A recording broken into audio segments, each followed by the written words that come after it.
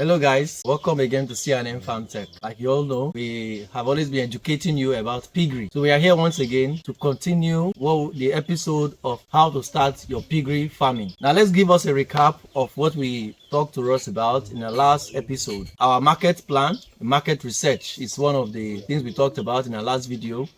And we talked about how you can influence the market in your area. If there are buyers in your area, if your piggery business is sellable in your area, if there are no restrictions for you to sell, you do your market competition, see those who are selling the same thing with you, how they can affect the buying and the selling of your own market. Is piggery acceptable in that area? Is it consumable? Is it what is consumed enough? So you have to put those things in consideration. Also, we talked about the business plan. You have to make your business plan.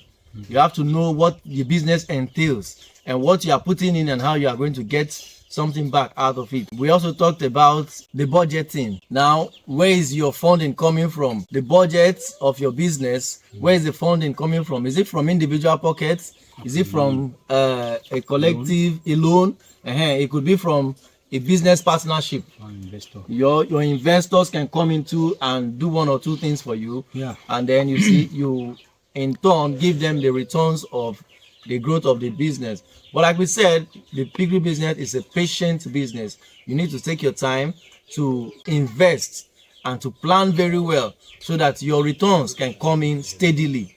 So it takes a lot of plan to do your business. Also we then talked about, like we said, the funding. Where are your funding coming from? So where are you getting enough money? You need to make sure that there is constant money coming in so that your pigs don't go hungry. And you need to keep feeding them, and you're feeding them for as much as 6 months. So then how do you feed continuously like that if you don't have the funding ready? So it's not just buying of pigs and keeping on the farm. They need to be feeding continuously. I think the farm location. When you are starting a pig farm, where are you siting your farm? The locations and the facilities you are going to have on your farm. What are those things? We mentioned it in the last episode. You have to have your housing, the pig house where they are going to, your pigs is going to be sleeping and staying. The facilities that needs to be in place. So when you are doing your business, you need to put in so many things. The facilities, the nipple drinkers, the borehole, the overhead tank, the security house. All this need to be in place because it's going to be a business. And if you have the money, I suggest that you fence your farm around so that you have a security conscious environment. When somebody enters your farm, you know that this person is trespassing. It wouldn't just be a bare land that the issue of Nigerian farmers with headsmen. They invade your farms and they make do with what's on your farm. So you need to put these things in place, make that sure that your farm is well secure. So these are some of the housing and facilities that needs to be in place. So today we are going to talk about another point that you need to know when you are starting a pig farm. A business, because it's a business. Now you have to make sure that you have your biosecurity in place. Your biosecurity entails your fencing. You have to fence, like he said earlier. You have to fence your farm round to make sure that there won't be any trespassing. That's number one. Also, under biosecurity, you are going to look at having your sanitation facilities. There are instances where, of course, you will always be having people that will be coming to your farm from outside. Farmers are like bulk buyers and the likes like that. They'll be entering your farm. So you have to have the facilities done where they are going to go in and make sure that they sanitize themselves before entering your farm. Because from these bulk buyers and farmers alike around your vicinities, they can bring another diseases to your farm. So by having your biosecurity done, this will prevent the spread of disease from one point to another farm. So in that case, you need to make sure that you are putting everything in place to reduce disease outbreak. Those coming into your farm, you should just limit visitors to your farm. Limit every kind of visitor. If there are buyers that are coming to your farm, you bring them in and you make sure that, okay, this is where my buyers are going to stay. I'll deliver the animal to this stage, and these are the ones they are buying. So all the buyers or everybody cannot just enter into your farm. That is your production place. In every other business, people don't enter into where they produce. You give them where visitors come in, where buyers come to, So that is the thing. You need to put all these things in place. Make sure you are doing everything possible not to be treating your animals. Everything possible not to be treating your animals. Put your biosecurity in place. Make sure that your farm is clean and dry. Yes, when your farm is dry, you see, you hardly have a disease outbreak. Make sure that there are no stagnant water on your farm. Make sure that the water flows very well through the gutter so that the water can flow out. That kind of water is a good manure for your farmland. You can always farm on your farmland and make sure that you are growing what the animals are eating. So that water can be channeled where you are farming. So you see, just make sure that you are reducing every form of disease outbreak on your farm. Don't let visitors to your farm easily. When your buyers come, you make sure that you have where their buyers are staying. You see, so reduce everything that makes you want to treat your animals, and reduce everything that makes you bring in veterinary doctors, because they are going to charge you a lot. But yes, we need them to come so that they can treat our animals for us.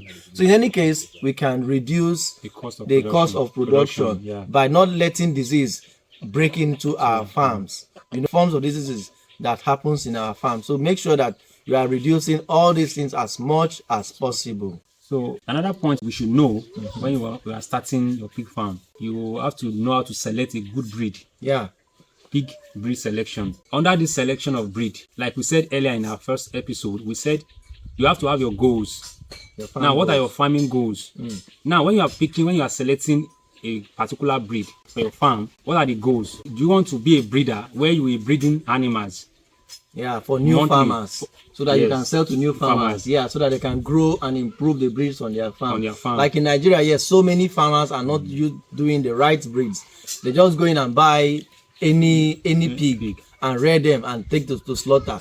But once you are rearing pig, you need to make sure that they are giving birth on your farm and they are giving birth to the breeds that will produce good meat. Now, in pig breeding selection, you need to pick the best breed that reproduces well for you, that takes care of their babies, the piglets, that takes care of them very well, that produces good meat. There are some breeds of pig that looks very long and very slim. Some look large and short. So you need to make sure that you know your farm goals. Now, do you want to be a breeder? Do you want to be a fattener? Actually, you can be the both.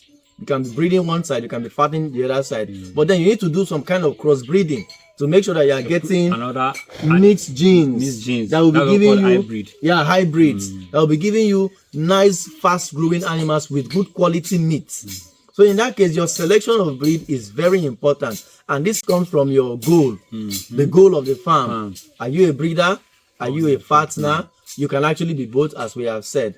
So also, where do you get these breeds from? This breed needs to be very carefully selected. Make sure that you are selecting this breed from trusted farms with names, farms that you can trace where such animal is coming from. This animal can be your parent stock. We call them parent stock because these are the animals that reproduce on your farm. They stay on your farm to keep reproducing. So then they have to be there to keep reproducing for you. They can reproduce those that you can fatten and sell out. They can also reproduce those that you are breeding on your farm to sell to new farmers who want to improve the breeds of their farm. So in this case, you need to make sure that you select very well from trusted farms. So what are the examples of these? The ones to choose? There are so many nice breeds. So many nice breeds. Like the Duroc breed. People say it's too expensive, but when you get the Duroc breed, you will see the difference between. You understand why they call them Duroc, because they have very good, very lean meat production. They are weighty. You will see them with their bony structure. They grow fast. Like in the West here in Nigeria, we sell weight. We sell by weight. So in this sense, you need to select good breeds that grows fast, that are weighty, that gives you lean meat. Pork is a business for meat. People eat meat. So if they begin to consume meat with a lot of fat, it makes the business bad for you. So you need to make sure that you are producing pork of low fat, less fat as much as possible.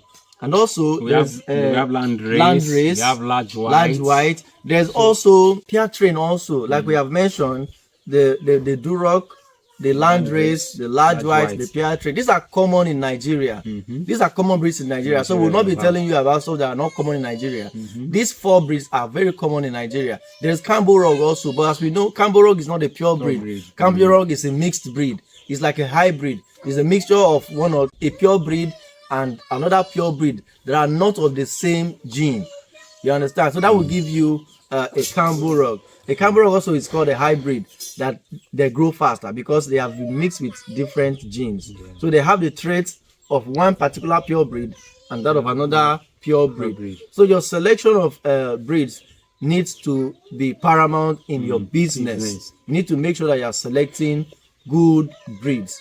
Now, when you select this breed, you know for sure what you are going to use them for. Make sure that you are using them for the right reasons. And make sure that you are feeding them well. These pure breeds, they can become runts. Yeah, if you don't feed your pure breed very well, they become runts. Of course, just like normal human beings too. Yeah. When you don't feed well, you see that there will be changes in your There will be changes. No? So when you don't feed your animals, these animals that we are mentioning now, these types of breed that we are mentioning, they too, they can always turn to runts. They can turn runts. And this will be a loss for you. Yeah, if there's bad management also, if they are not managing your farm well, and if you are always exposing your animals to diseases, these pure breeds can become runts.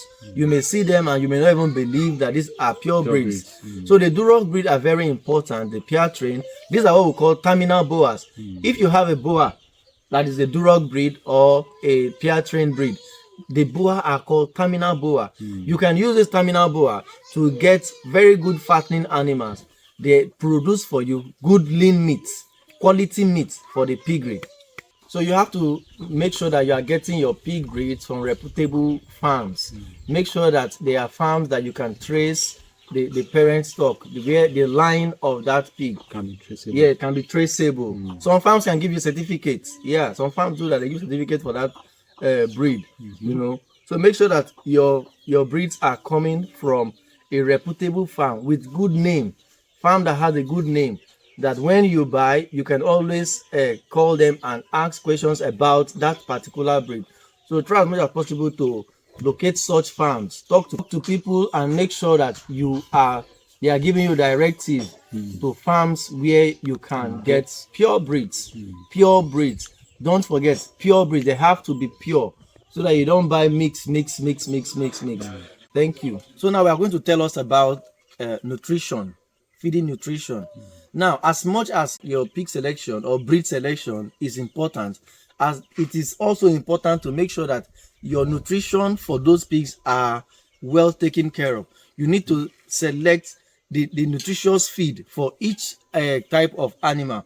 Now, what I mean by type of animal is maybe they are weaners, they are pregnant sow, or they are still piglets, or they are hen growers. At every stage of their growth, there are nutritious balanced feed that you have for a particular stage of animal. Yeah, yes. That animal needs to be okay. Let us take for example your weaner. They need a lot more of protein than the carbohydrate. So in this case, the proportion of your carbohydrate needs to be less than that of the protein needs to be high. So you have to take in consideration all these things and make sure that you are using good source of protein, good source of carbohydrate. You can see here now that we have our maize planted on the farm. It is actually almost ready for harvest. You can also use cassava as a source of carbohydrate, starch.